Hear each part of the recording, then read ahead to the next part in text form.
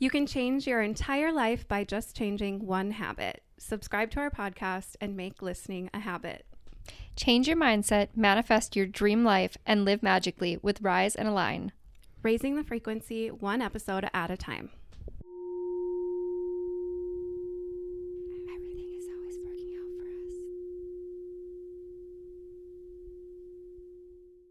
Hello and welcome back to the Rise and Align podcast, where we talk about all things high vibrational. We are your hosts. My name is Demi. And I'm Haley, and today we are joined by Jules Kuroda. She is a coach, author, and someone deeply passionate about helping others find meaning and connection. Her new book, The Innate Self, explores 8 characteristics that go beyond mind, body, and heart to tap into the often overlooked power of the human spirit. Jules brings a grounded and insightful perspective on how we are wired for purpose, connection, and growth. Let's get into it. Well, thank you so much for coming on. We're really excited to talk to you. We both loved your book. We were just talking about it.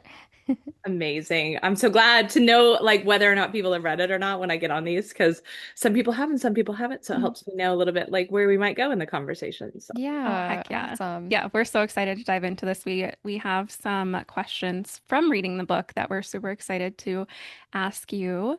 perfect. And before we get started, again, thank you for being here. The Rise and Align podcast, we like to talk about all things high vibrational. So we're just so happy to have you. I feel like you're going to be an amazing guest on our podcast. And I just wanted to introduce myself. I am Haley, one of the co-hosts of Rise and Align. I'm a yoga instructor. I call myself a witch. I love all the woo-woo stuff. So that is me. And then this is Demi. I am a life coach and consultant and super spiritual girly as well, and co-host of our wonderful High Vibe podcast. All right. Nice to connect with you both. You too. Likewise, yeah. So nice to be here with you today. I'm Jules. So a little bit about me. I consider myself a bit of a wandering nomad. I've had the opportunity to kind of live all over the US at this point. And I'm the type of person that has thought about my life in chapters. So I've had a chapter of being an educator. I had a chapter working in nonprofits. I've had a chapter in corporate, and now I'm starting this new chapter as an author. And I think, life is super interesting if you think about yourself as always becoming, and it gives you a lot of permission to learn into, what is aligning to you and who you are now, and, what's the energy that you want to bring to that? What are some of the skills that you can bring to that? And so, yeah, I'm really excited to be here.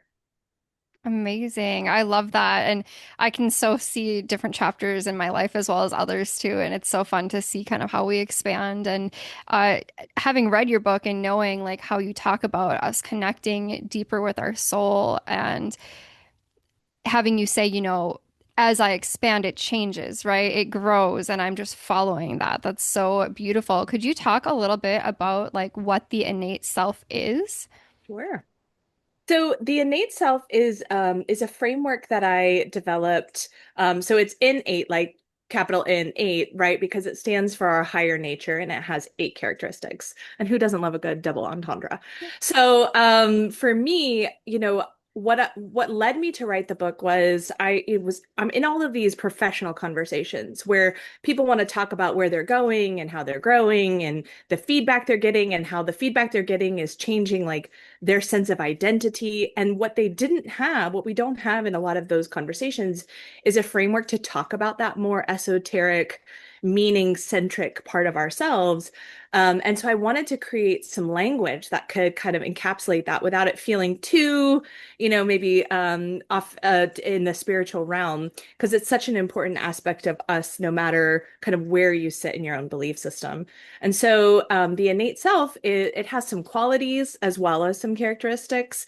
And one of the things that I think is so important to kind of wrestle with is, we think of ourselves as so individual. And we're very much like an individual, but we are so interconnected in ways that we really don't always tangibly understand, like mentally, with each other, with the energy of each other, with the courage or the fears that people have around us. Like our emotions are contagious. And so the more that we kind of understand how we interact with other people and that we have this innate piece in us that the other person sitting across from you also has, it can allow us to kind of recognize that light within, as we talk about it in yoga, right?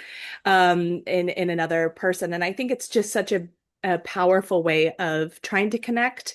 And what I see so often is that we try to connect through ideas, which is a great way of connecting, but it's a lot in the mental space. Like, well, what do you think? Or what do you think? Well, I disagree with that, or I agree with that. And so we get so caught up in our minds on whether or not we agree or disagree, and that we often don't recognize that we can step into a deeper type of connection, that is a part of that innate being. That is like recognizing that we all have these things that make us laugh in life or make us cry in life. Like we have these emotional hearts, and so touching into that more deep part of ourself, I think, it's a really important aspect of the innate self. I love that so much. Uh, as we talk about the innate self, would you be open to just doing a quick breakdown of the 8 characteristics of that, Sure. just so we have like a full kind of circle understanding of what that is? For sure. So I'll do a brief kind of synopsis and we can dig Mhm. into it. So the first characteristic of the innate self is character. And character is all about kind of that bedrock foundational aspect of yourself. Like, what are your values, your moral code? How do you want to handle the more gray situations of your life, your ethics? And I think it's such an important place to start because once you know your values and what you stand for, it really helps set up the tone of what does alignment look like in your life. And are you aligning to that version of yourself that is your higher nature, right? We all have that, the higher and our lower nature. So it's really important that we kind of craft our life, I think, thinking about the kind of character we want to have. That takes us into the second characteristic, which is contribution. And contribution, I love contribution. It's where I spend a lot of time in my coaching practice because contribution is all about, where are your talents, your skills, your thoughts? Like, where do you want to offer that up into the world? Sometimes it's through work that we find our place of contribution. Sometimes it's not through work. I think a lot of the conversations that I have with people that in more of the individual coaching is, hey, I'm not getting my contribution filled at work and I don't know what to do with it. Like I have all these things I want to do. And so I think just recognizing contribution is about your skills and talents and how you want to offer them to the world is often, we will often talk about it as how we want to make impact. And that's kind of the contribution bucket. That takes us into the third characteristic, which is connection. And connection is where I spent the most time in the book because there's so many different facets of connection. It's like connecting with ourselves, connecting with each other, recognizing why connection's hard, understanding how we get all caught up in our heads and we're so afraid of vulnerability. So there's a lot of kind of pieces to tear down to understand what do we need to do in order to connect more with ourselves and each other. And that's something very near and dear to my heart. And then we get into the fourth characteristic, and that's all about creativity. And creativity is probably my favorite right now, just because it gives us such access to playfulness. And I don't know about you, but like the world is not as playful as I want it to be right now. It feels kind of heavy out there. And so I think that tapping into creativity is that part of you that it just has a little bit of wonder and awe and childlikeness. There's less judgment there. But I do find that most people don't think about themselves as creative because they have a very narrow definition of what it means to be creative. So I do break down different types of creativity in the book. And you can take a little creativity quiz to see what kind of a creative you are. And then we get into the next characteristic, which is generosity. And generosity, like I'll juxtapose it against contribution for a second, because contribution is all about what are your skills and talents? What do you want to offer? It's about you. It's about how you are showing up in the world. Whereas generosity is what is that other person receiving? And then how are you opening yourselves up to offer, things that you have to offer? And so some of us think about that as financial, some of us think of that as like generosity of words or generosity of kindness. Like there's so many different types of generosity that I think it's also a nice way to kind of explore where do you feel like some abundance that you can share with others, which takes us into gratitude. And gratitude is, that one's the one that's probably gotten the most PR, I feel like, over the last 10 or plus years. Um, and the thing I wanted to focus on when it came to gratitude is like how I have experienced gratitude personally the most, but also how I've witnessed other people experience it the most is not through like, I'm going to put on an attitude of gratitude. It's through pain. It's through having gone through some suffering, emerging on the other side. So it's that transformation of self. Going through, that kind of constriction of the butterfly, if you will, like in the cocoon, and then you come out and you have such a different perspective on life, and that is gratitude. And so I think there's something really powerful about understanding how pain can be a pathway into something really, really beautiful, and that totally shifts our perspective. Which takes us into courage. So courage is another favorite one for me, because I think we all want to be courageous. And so like, what does that mean? What does courage look like in in this moment in your life? I do make a distinction between bravery and courage. I think of bravery as being doing things that scare you. And I think of courage as it's like bravery plus some level of selflessness is the word, selflessness, because you are doing it knowing that you might be a little bit vulnerable. Like you are offering something and it may not work out, or you may get hurt. Like there's something that you're willing to put on the line when it comes to courage, which takes us into the last characteristic, which is all about meaning. And meaning, I talk about macro versus micro meaning because, like, I think it's so important we recognize we make meaning out of everything. Like, from what does it mean that it rained today, to I don't know how to interpret this text. Those are micro meaning examples. And then macro meaning is more, what am I doing with my life? And am I living my purpose? And am I feeling aligned?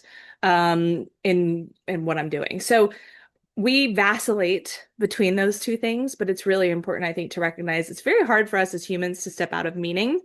And so what do we do with that and how do we cultivate that?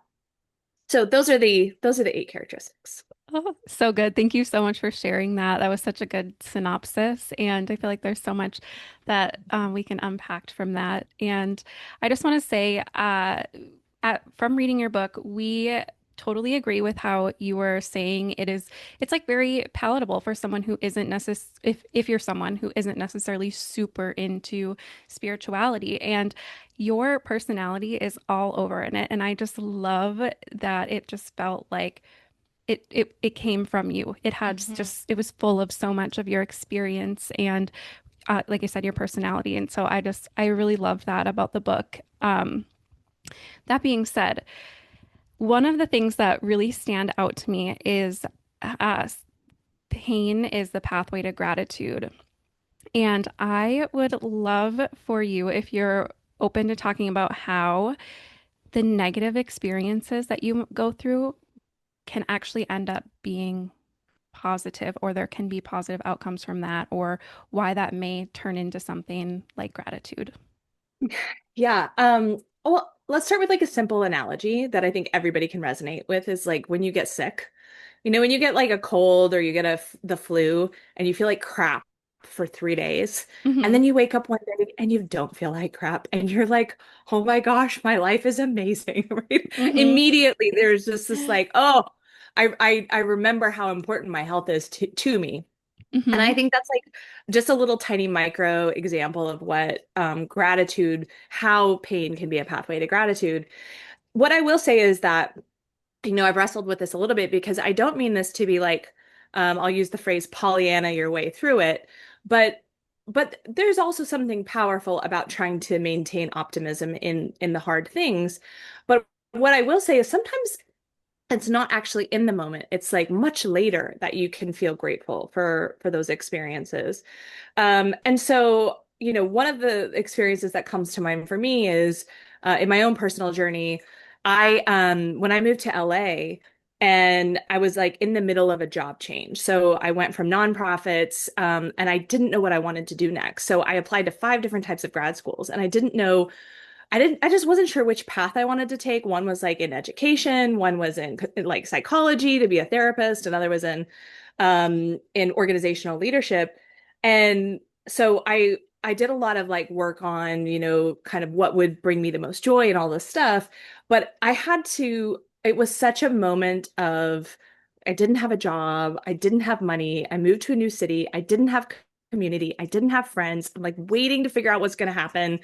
And so there was a lot of stress involved in that too. Like I took some crappy jobs and I had some hard things happen during that time that, at some point I was like, I don't know if I can make it out here. It was 8 months in, it's tough. And then when things start to click into place and you start to find that path and you start to align to that path and things start to fall in, I just felt like fast forward a year later, I'm like in this amazing job for a live entertainment company. I'm coaching people and getting paid to do it. It was like, oh my gosh, this is totally what I'm supposed to be doing. And I felt so like blessed. But I had to go through that hard time of not knowing what would happen, of not knowing how it would shake out.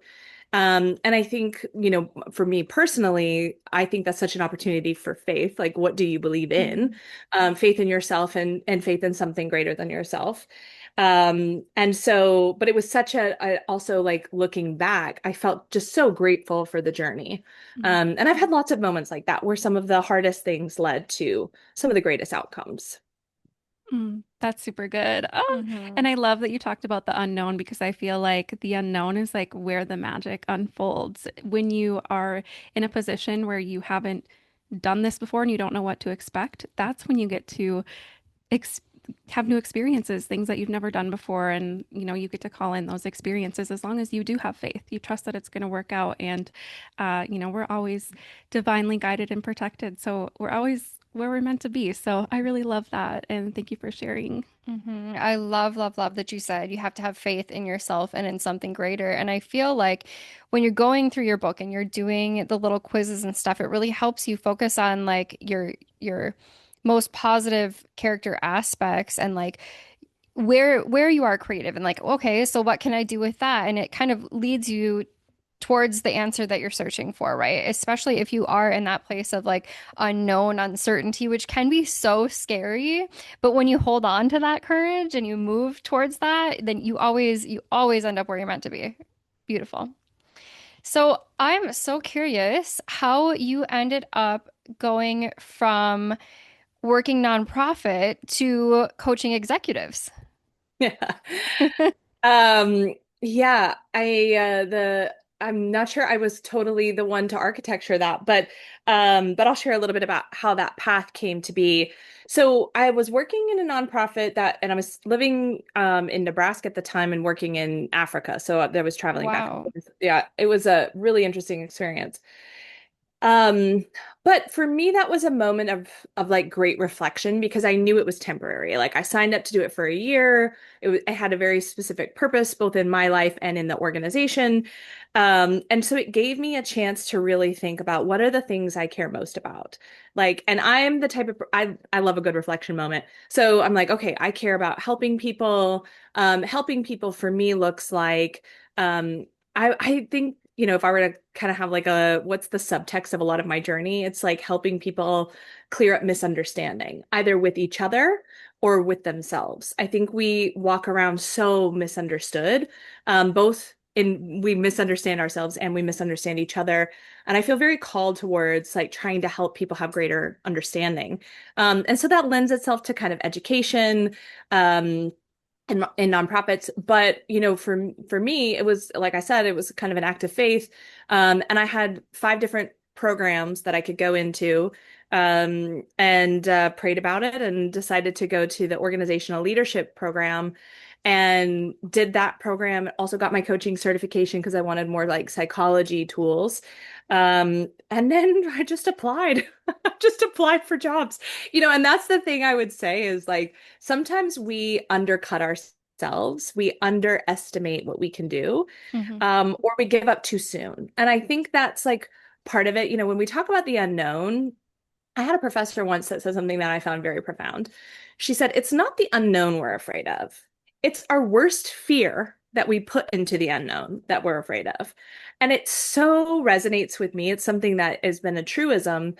And what I try to think about is like what amazing thing could happen. And like if you start to put that out there and you start to imagine wonderful things happening, there's something to that. And so I think there's really power. And I talk about this in the book, but like we are born creators. We are given that. We are given the ability to create our lives, our thoughts. There may be limitations, given where we've been raised or where we've grown up and monetarily, but there's still so much individual power that we have to create our lives and ourselves and our thoughts and our environment. And we should never take that for granted. We should always use that to start your life or restart your life and evolve it, as you go through, because we're always becoming, right? Hmm. Absolutely. I love that whole motto. And I'm always preaching that too is don't focus on what you don't want, focus on what you do want. And, when you put that into the unknown, it completely changes that inner feeling.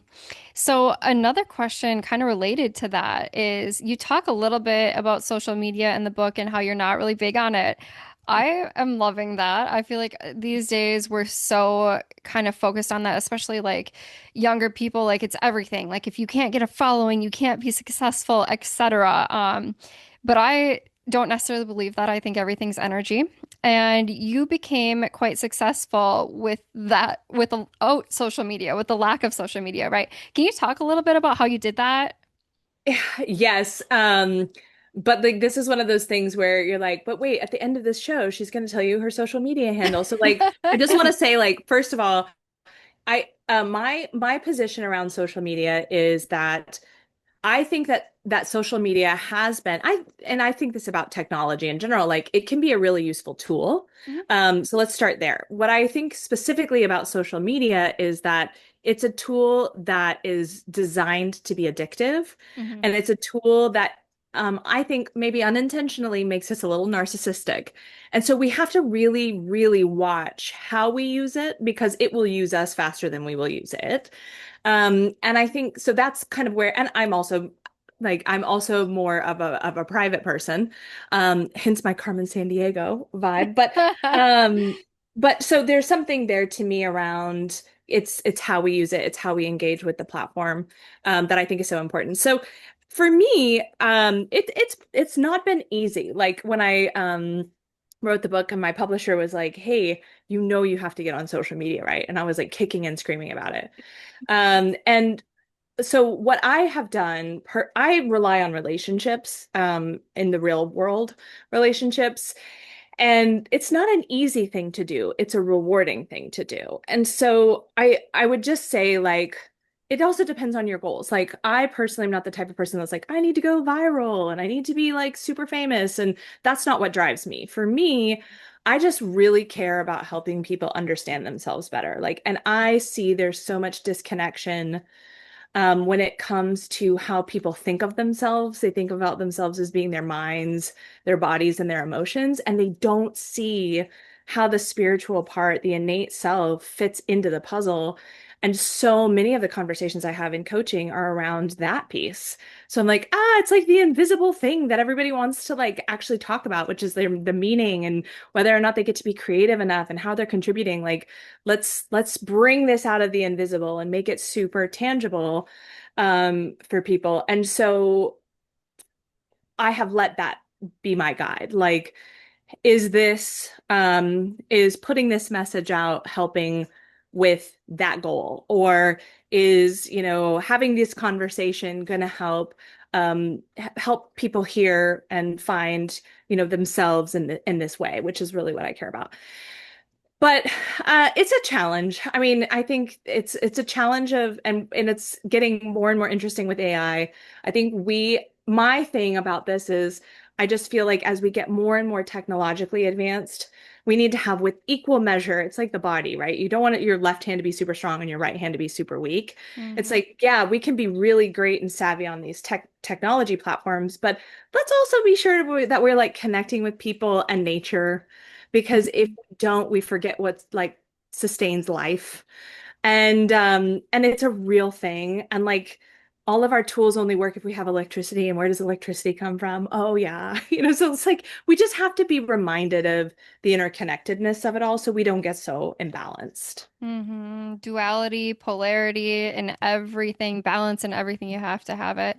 I love that so much. And you see that a lot in your book because you are so personable and so humble. And it's like you're talking to your best friend while you're reading this book, right? You're so real. And I think it's so important for people to see that in others so that we can remember like, oh, right, we are all human. We are all connected. We can relate to each other. It's so important. And even just while you were talking, to remember, like, yes, there is this physical aspect, but there has to be balance between the physical and non-physical because the innate self is, to me, what is determining what we experience in the physical, right? It has to be both. Can't Mhm. Yeah, forget it. absolutely. Yes. A- Absolutely. And even creating more of like a meaning with your social media. Like I love that you were talking about like, is this going to fuel what I'm passionate about? Like, is this going to serve a purpose? You're not just on social media just to be on social media. Like you're having a purpose for doing so. And I think that another thing technology is really good at is taking us out of the present moment. And, it's so distracting. And I feel like it's so important to have things that you can go to like hobbies that are not online. And I think that that's something that I've been exploring so much lately is like, what can I do? Like, even if I want to do something with my hands, what can I do? I'll learn how to knit. Can I, learn how to paint? I just learning how to do these fun new little things that are also inspiring me to use my imagination and creativity instead of like doom scrolling mindlessly on the phone. So I'm just curious if you have any, while we're on the technology topic, if you have any other tips for like setting boundaries with your social media or your technology. Yeah, it's so interesting. I was first of all, I love what you're saying about creating in the real world, and I just think there's so much power in that, and so I just want to honor that because I think if we all did a little bit more of that, I almost guarantee our happiness levels would go up. And there's been some really interesting studies around like what makes the happiest countries, like why do they get rated that? And it has a lot to do with hobbies, and it has a lot to do with doing things outside in the real world, and so I just think there's like real magic to that. In terms of boundaries, like for me, so I have some like rules for myself. Like I won't scroll. I don't scroll. So that's a rule. Like I will respond to messages. I will, make sure that like people who are posting things like this, that I'm re responding and reacting to those things. But I try to be very, very cautious. I mean, we just get advertised to so much. Like I've almost bought Ellen DeGeneres's face products like 5 times. I'm like, stop it, just stop scrolling. So I just don't allow myself to. Or I'll set like, the potty rule. Like if I can't get through it while I'm on the toilet, then I've probably been on here too long. TMI, but there you go. So yeah, I think that's it. And I will not get on more than once a day. So that's the other thing I think. Now that can make you itchy. Like I just want to acknowledge it's not like I'm evolved past it. This thing is designed to get you. Mhm. And so for me, what I do is like, okay, well, in those moments where you're waiting in the grocery store in line and you just are looking for a time filler, what am I going to use? Like what goes in place? And I'm a big believer that like if you're trying to take something out, you've got to put something in that's healthier. So I'll have a book so Mhm. that when I'm standing in the line and I'm feeling like I need to do something with my hands and my phone, I will just flip over to that book and just read a couple pages while I'm waiting and things like that. And then I feel good about myself because I actually just learned something. So Mhm. I think we can do little things like that that can help us. hmm That's so good. So I've also heard it's so much better to put out more than you are taking in, right? Especially when it comes to social media. And that brings me to creativity. I absolutely Mhm. love your chapters on creativity and the four different types of creativity. I mean, you made me realize that I'm creative in more ways than I realized. Yeah. So, That and makes me so happy. oh my God, it's so effective. It's so good. And there are countless people I've spoken to who are like, no, no, I'm not creative. Now, I'm also a makeup artist, right? So people are like, you're creative.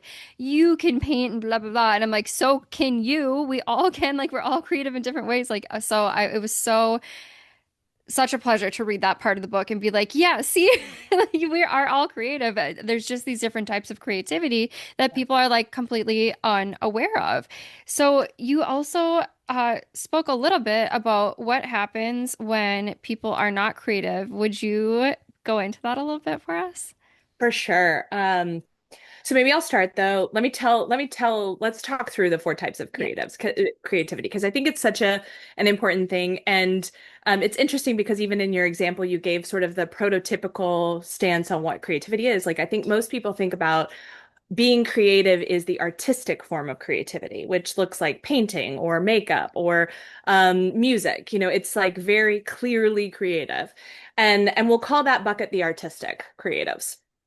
But then you also have functional creatives. And functional creatives are the people who literally help the world function. It's like our engineers who build our software programs. It's our construction workers who build out our roads and our houses and like they literally build things in our world to make things go. And I think we might undermine that kind of creativity or underplay that kind of creativity, but it's such an important piece. And then we have our innovative creatives, and those are people who are looking out into the future, seeing where we're headed, and like pulling that into reality. Everything that's happening in AI, right? That's all very, very much innovative creativity.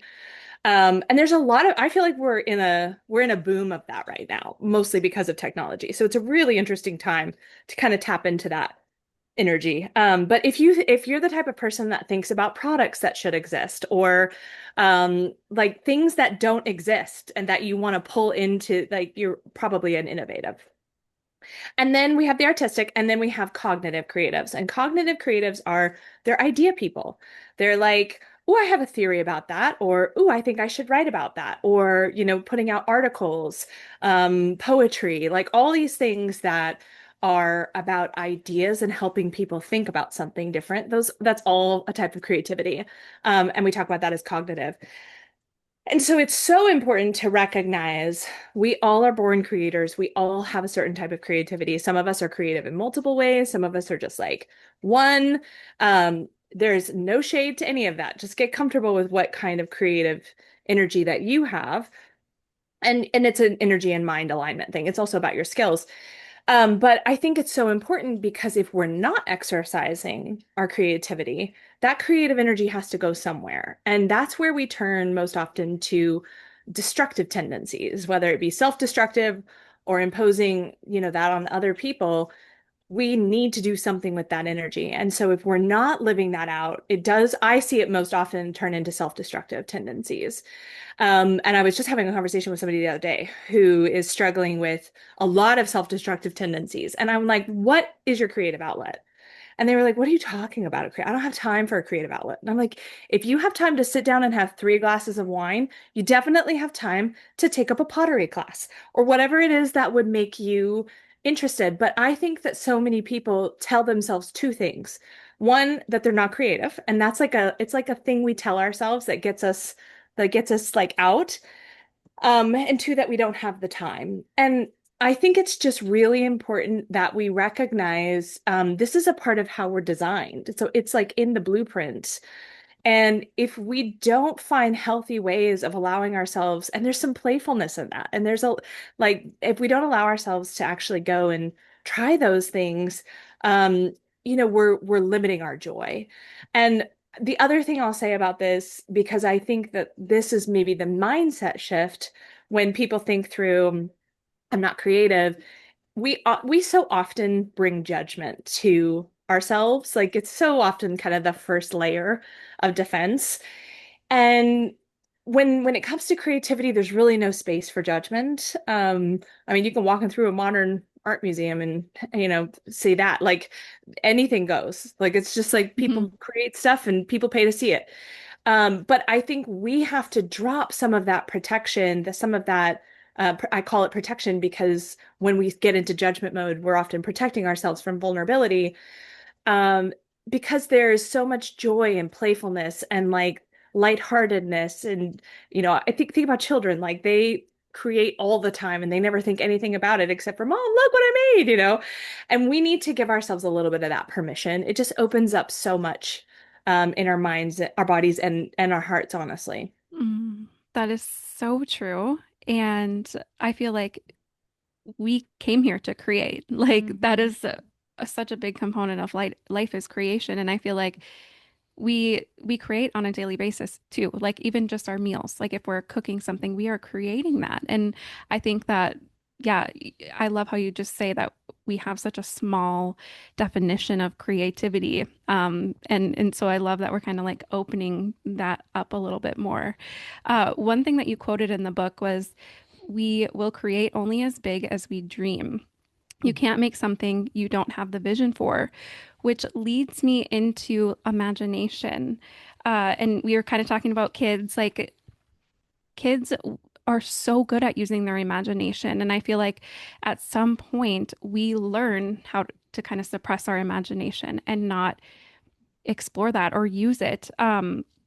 What do you think the importance of imagination is for creating? And where do you think we kind of lose our connection to imagination? Yeah. So this is a good topic. I think that imagination, I think of as it's kind of like the lifeblood of creativity.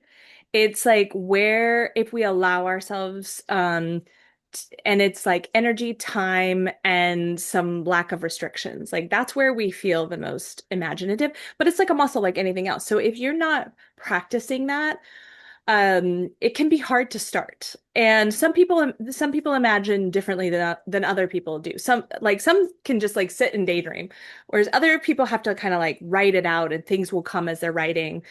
So, and there are other ways besides those, but I think that to your question around like what gets us disconnected from our imagination, this is where, I talk in the book about the mind being the frenemy, because we have these roommates that live in our heads and that are constantly bothering us with their opinions about things, and we just listen to them. And they so often run on judgment. It's just like the number one thing our minds do is kind of like protect us. And that usually shows up as judgment. And so when what I think happens in our journey in life, the pattern that I see the most is somewhere along the way, you got feedback that said that what you're imagining isn't possible, it's not practical, it's not pragmatic, it's stupid, or you actually did something, you created something, and you got negative feedback. And I just was in New York City and I watched this play, which I would so highly recommend. I heard it's a movie as well. It's called Joy. And it's about the woman who made the Miracle Mop. Do you know the story? I don't Okay, think so so. okay, I didn't either. And I was like, "Oh my gosh, this is such a good story." So she's working like a menial job. She gets fired from her menial job. Both of her parents live with her. Her ex-husband's living with her in the house and she's got a kid. So she's like the supporter for everybody. And they're all living in her house and she loses her job and she's like, "What am I going to do?" And she had this history since she was a child of dreaming up products. And she'd made 20 different versions of products and none of them had gone anywhere. And so her mom had taken this very negative, like, Joy, that's never going to work. You know, that's never going to work. Like, you have tried this so many times. When are you going to learn that your ideas are crappy? And her dad's like, you don't have the money for it. All the skepticism. So, right. So she's like listening to these voices. And then she's like, no, for too long in my life have I listened to these voices. I know there's something to this. And so she just decides to do it. And that's the courage and that's the fortitude and that's the alignment. And you have to like, there's something about like, I'm just going to try it. I'm just going Mhm. to try it and be willing to do it. And long story short, she pushes through some pretty incredible environments and become pretty incredible like hurdles and ends up becoming a millionaire over the idea. But that was after 25 or something failed attempts at other things. And I think that is a beautiful analogy for what our relationship is with our imagination, is that we have all these ideas. Somewhere along the journey we get squashed, whether it's because of the feedback that we're getting, the voices that we're listening to, or we tried something and it's flopped. And then how do we pick ourselves up and keep going? And it's hard. It's not like it's an easy thing to do. It's like it requires, and that's why some of this stuff is so important. It requires character and knowing how you want to contribute and knowing how to connect. Like all these pieces, courage, help us with that. But she found her meaning in that, and her meaning was I am a mom who's had a full-time job, who's taking care of all these people, and there is not a good tool to help me do this in a faster, smarter way. And I just want to help moms out there get some of their time back with their families. And so I'm going to develop a better tool. And that's how she sold it. It was when she stepped into her meaning about the thing. And she started talking to other people who were looking for that meaning. And I think there's something really beautiful about that. So when it comes to imagination, like your ideas aren't going to resonate with everybody. You may not even like them the next day when you wake up, but allowing yourself there's some good things in there. So there's some gems in there. And life is so much more fun when we allow ourselves to play and to dream and to create. And so I think it's just one of those things you have to kind of shake off some of that skepticism. Um, and just bring a little bit more joy to it. Oh, yes. I love that so much. And that analogy that you shared or that story was such a great example of how a lot of these like characteristics kind of work Come together. together. Yeah, Hmm. that Hmm. is so special. I love for myself, I was someone that was like, oh, I'm not very, imaginative, kind of the same thing with the creativity, people saying they're not creative. Well, I always thought like I wasn't very imaginative. And I used to love reading, and in the past few years, I've kind of picked up reading like fantasy books again. And I feel like that alone has been so fun. And it is kind of a playful way to explore. And it has encouraged me to imagine like new worlds and new realms and new things. And I think that that alone has been such a fun way for me to like explore my imagination again. Hmm. Hmm.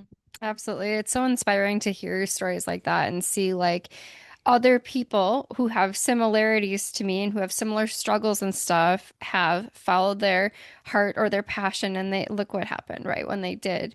Um, but you talked a little bit about the roommates. Oh man, they're rough, huh?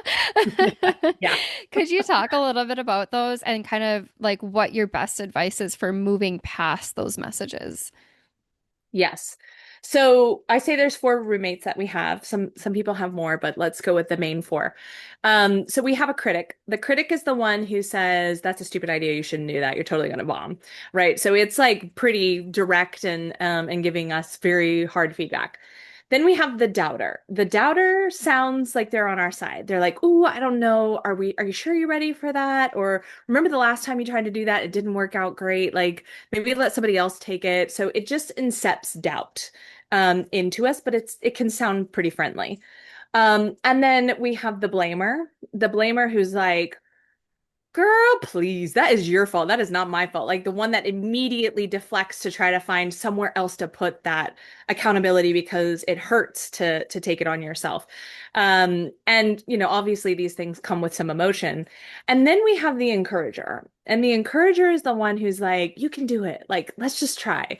It's the one that we often rely on when we're working out, when we're trying a new skill, when we're pushing ourselves to the next level. So most people know how to identify it. It's just not the one they hear the most. Hmm. Um, in my coaching practice, I see a lot of the critic, and a kind of a telltale sign of when I'm working with someone. And obviously, this is kind of like leadership focused, but um, if I have someone I'm working with who cannot handle feedback, almost always it's because they have a really loud internal critic.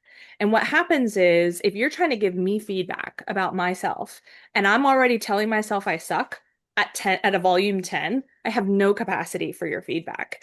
So we can see kind of some of these signs when we're working with people around like, oh, okay, there might be something there you need to work on. And I think like in terms of like how we get past it, this both in my coaching practice and also for myself, what I do is have a conversation with, and I know this is talking to crazy Uncle Earl in your head, but just follow me for a second because what I think can happen is like first and foremost, that roommate is there to do something. It's not just trying to sabotage you, it's like trying to help you in some way. So if we can get beneath the surface of it to ask ourselves, okay, what are you trying to protect me from? Like, what am I afraid of? And have a conversation. One, we pull out of the just sitting in and thinking that your roommates are you, because we start to identify with our thoughts and we get sucked in. So by asking a question, we actually pull back into sort of that metacognition level of like, oh yeah, I'm not my thoughts. Like, let me look at my thoughts and ask a question about them. So that's really helpful. But the second is if we can start to identify sort of the root cause of, oh, I'm afraid of being humiliated. Well, let's be understanding about that. When's the last time oh, it was when I was in a situation like this and I tried that thing. I got humiliated. So I'm really afraid of that. Okay, now I can have a different conversation with myself. Like, what can I do to help pull on more courage? Or how do what's the self-talk I need to have that helps me not be afraid of taking chances, even if there's a risk of humiliation again? How do I build like some thicker skin? Or like, there's all kinds of things we can do once we start to have that conversation. So I always say engage with it. Like, what are you afraid of? Why is it hard to take accountability? What are you doubting? Like, what's going on here? And the more curious we can get about it, I think the more we can pull out of it, and the more we can be understanding of ourselves and where we are, and why those things are triggers for us. That's such amazing advice. And I think it can kind of intertwine with what we were talking about a bit with gratitude, finding kind of the power in the contrast that we go through, right? So when you are stopping and like, okay, why am I thinking this way? Like, why are my thoughts telling me not to do this or that I'm going to fail or whatever? You can get deeper into, okay, this is what happened and this is how I can now change it and move past it and alchemize it, really, you know? Mhm. Yeah. So that's such good advice. Thank you. Ah.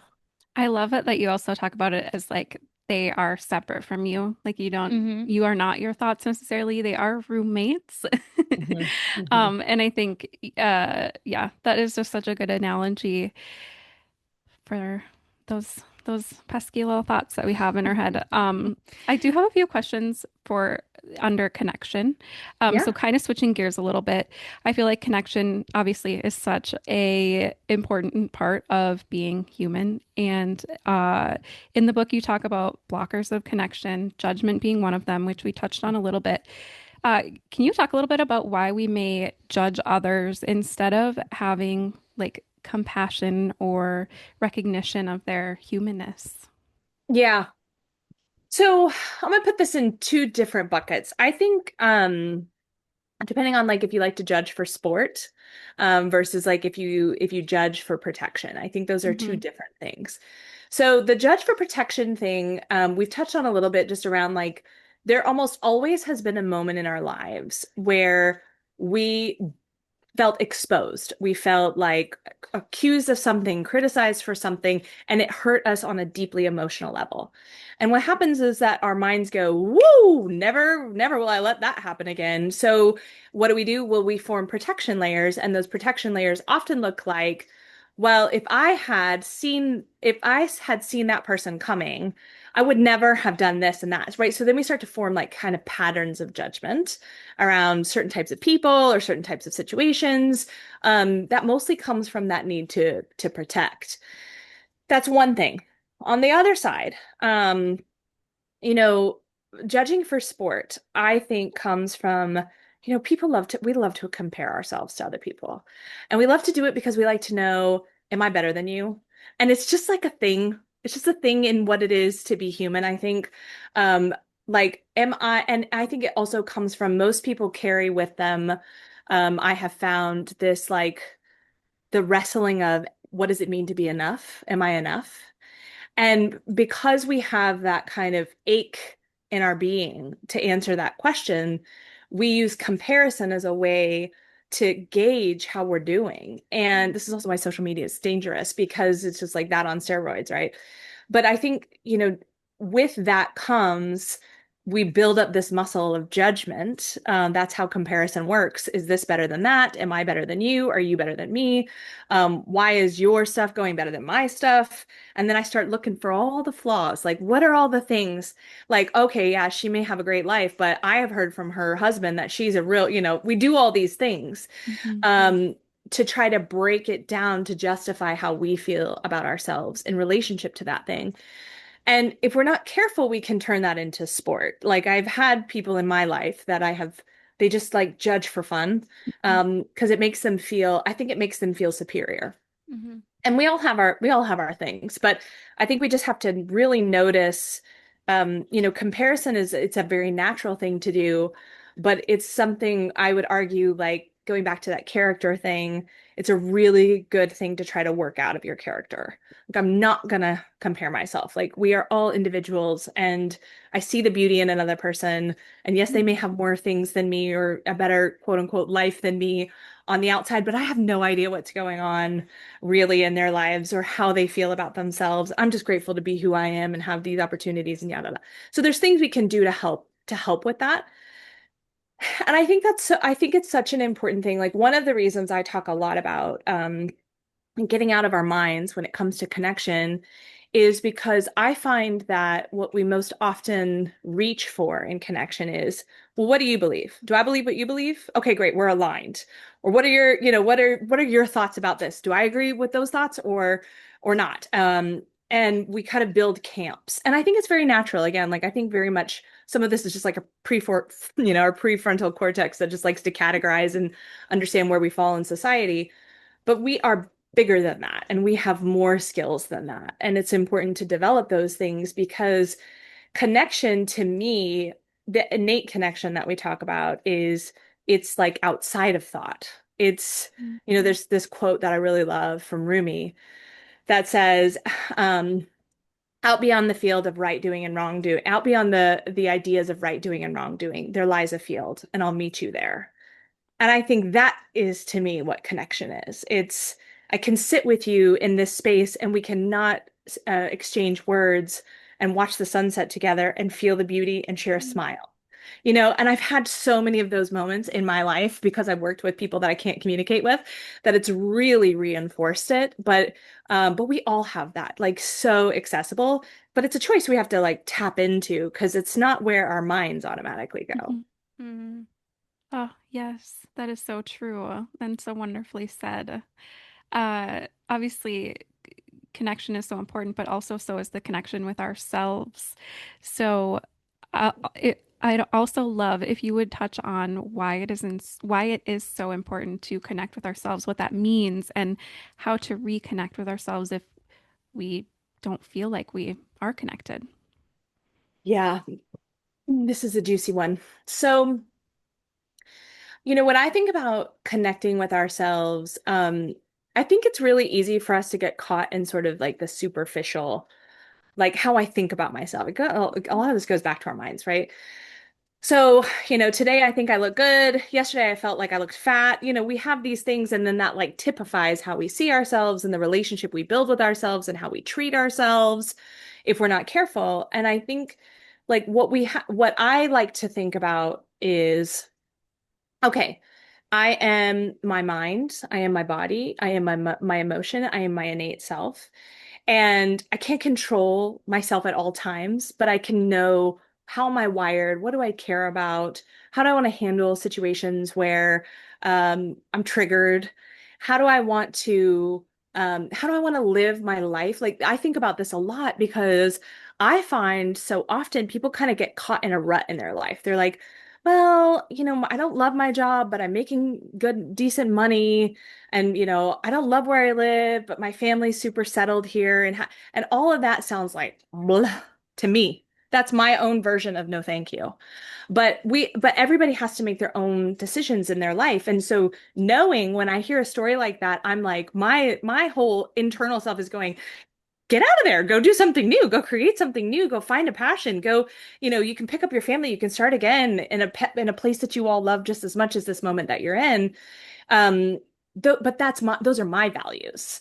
Like some people have values around stability and security. My values are around adventure and connection and learning and so part of how we get around the judgment piece is to understand like these are my values and you're going to have your own values and your values are just as important as my values. And if I don't understand them, that's okay. We don't have to ideologically agree. But I bet there's something here that we both want. Like, I bet you want to feel like your life is meaningful, just like I want to feel like my life is meaningful. And so Mhm. when we can step into that, we really understand ourselves better and we also create more space to connect and see where other people are in their own journey. And again, like being able to strip away some of that judgment, like we don't have to look, the same. We don't have to care about the same things. And I think it's really important to know your own wiring and to explore and wrestle with those things. Mhm. So I'm thinking while you're talking, I'm having so many thoughts about it. I think it's so beautiful how you're kind of talking about how we can still connect with people who don't necessarily, look the same or think the same or have the same beliefs. And I'm just curious on your opinion, like, do you think it is important to surround yourself with those with similar beliefs, or do you think there's like more value in being able to connect with people who are different? Yeah, diversity is a hot topic right now, right? So this goes to my value system, so I'll speak from my personal values. I think it's very important to have a few people who share your values that are in your inner circle. And some people talk about that as their cabinet members, some people talk about it as their closest friends, however you think about it. But like I do think there's real power in having people who share values with you. Mm, Values are different than beliefs. So those like they will lead you to think somewhat similarly in situations, but you may disagree on particulars. Um, that said, I think it's incredibly important to not get so in like to have your circle so small that you think everybody thinks like you and everybody looks like you or everybody believes like you. And I don't think that makes us stronger. I think that makes us weaker because we start to have this lens that forms like how we see the world, and we think everybody has that lens. And so I'm a huge believer in the power of having this being surrounded by people who think different than me, that believe differently than I do. I'm the type of person that thinks that we should be able to have discourse and dialogue about differences of beliefs, and it shouldn't get heated. It doesn't have to get heated. The heatedness comes when we start to judge. It's like, mhm, well, what I think you are saying is wrong, and now all of a sudden we're feeling all this emotion, versus just from a place of understanding, like, oh, interesting. Well, isn't that an interesting thing that you believe? Like, what would life be like if I believed that? I think it's an interesting mhm, thing, and I think it expands our world, not constricts our world. And I think when we get too monolithic in our thoughts and our circles, um, the world starts to get much smaller. Mhm. And I don't think that makes us better people. That's such a good answer. I can completely see that too. I also think what you first started saying, when everyone around you has the same beliefs and thoughts, to me, I think that could make us feel like our voice is not important. If we believe that everyone else around us thinks the same, then why are we like special, right? And that Yeah, kind of no, holds us back sometimes. that's an interesting, yeah, perspective on it too. So cool. That's awesome. Hmm. I have one final question that I really wanted to ask you. It's shifting gears. As a witchy woman, it's not a characteristic in the innate self, but I feel like in each characteristic you reference back to this, and that is nature. Hmm. I For me, nature is such a great teacher, and she really can teach us so much. And I feel like I would love for you to talk a little bit about your relationship with nature and why it is so important for others to explore that connection with nature. Yes. So I think about nature. So let me start by saying, like, I grew up in cities. I grew up in podunk America. nature wasn't always around and nature wasn't always beautiful. So just start there. But what happened for me during the pandemic is we were those people that got an RV and got to live in the national parks, and it was such a beautiful experience, honestly, because I'd never been in like big nature, like ma majestic nature, things that people sing about. And it was such an eye-opening experience for me because what I had taken for granted being in the backdrop of my life every day of nature. And yeah, you go to the ocean and you have those feelings, those vibes or whatever, but like it wasn't in my everyday consciousness. All of a sudden I started to see like how integrated nature is with itself. Like it's a whole ecosystem. And what's so fascinating is like when we were traveling, there was this whole beetle bug infestation. And what was happening is the beetles were eating the trees.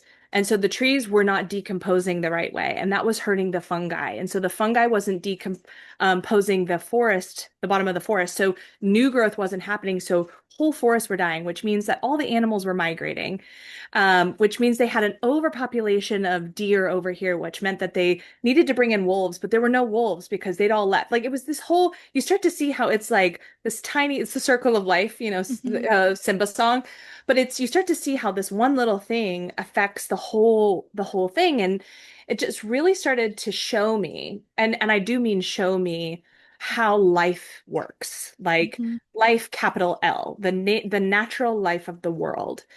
And all of a sudden, you start to see your place in that. Like, oh, the water that I drink is coming from a mountain somewhere that's melting this snow that's putting, and then yes, we do our filtration thing, but it gets into a bottle somewhere and gets to me.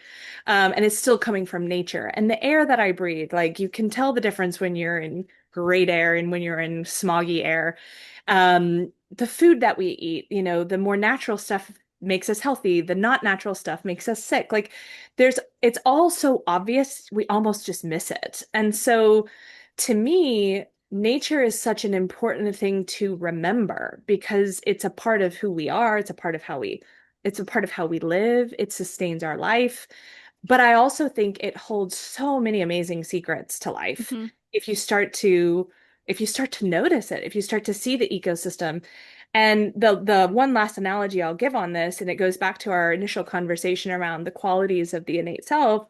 We think about ourselves as these individuals, but the analogy I would give, it's like a forest. Like you see the trees, and the trees look individual. They look like they're just out there by themselves, one after another. But as soon as you start studying it, you're like, they're completely connected through the root system. And this tree is supporting this tree. And by the way, they don't all support each other of the same family.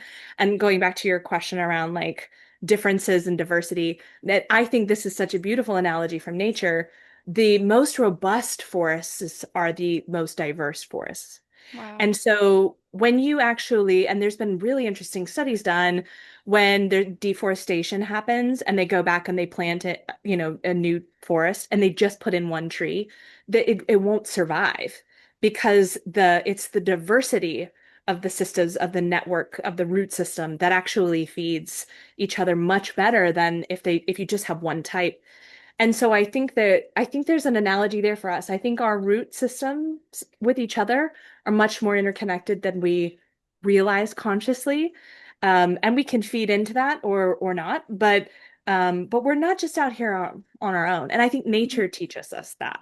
Yes, yes, I love that. I feel like nature, it in a way it connects us to something bigger than ourselves. And like you said, we can learn so much from it. And I find for myself, if those roommates are just going at it up there, like if I go out in nature, I connect with that like oneness. I'm like reminded like everything's okay. We're all good. And I always come back from nature feeling like so much better than I did going into it. And I also feel like nature's cyclical, and so there's a lot that we can learn in that realm as well. But you couldn't have described that better. Thank you so much for Yeah. sharing that.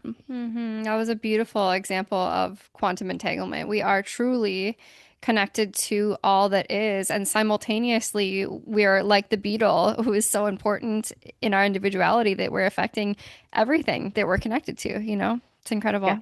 Thank you so much. This has been such a beautiful conversation, and your book is truly enlightening and so helpful. Oh, thank you so much. It's so great to hear how it's being received, and I so appreciate the energy that you brought to this conversation and just giving me an opportunity to talk more about it.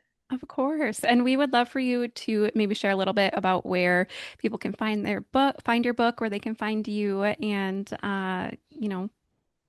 all that good stuff. Yeah. So it's my book is called The Innate Self in like the letter eight, like the number. And you can buy it on Amazon. Yes, thank you. You can buy it on Amazon. I have a website that will be showing. I've got an event coming up in November that people can sign up for. That'll be launching this week on my website, innateself.com. And then I am on social, disclosed as Innate Coach. I don't post often, but I do post some. Awesome. Thank Thank you you so so much. much. All right, you guys. If you have stuck with us to the end, thank you so much. We appreciate you being here. We are going to leave you with a message as always. So we are pulling from the Green Witches Oracle deck, our new favorite at the moment. This is what it looks like.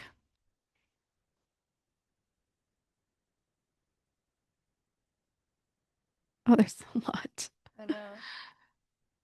Okay. Oh, altar. Oh my gosh. Okay.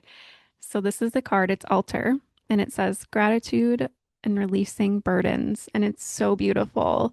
There's mirrors and herbs and candles and like a magic ball, tarot cards, like all the things.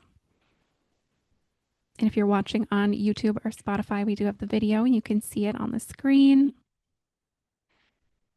Okay, before I read this card, I have to say, including in this conversation, I have been receiving the message that we can find our greatest power within our biggest contrasts and constantly look there. And Jules talked about having gratitude for those parts of our lives that we go through that expand us so much.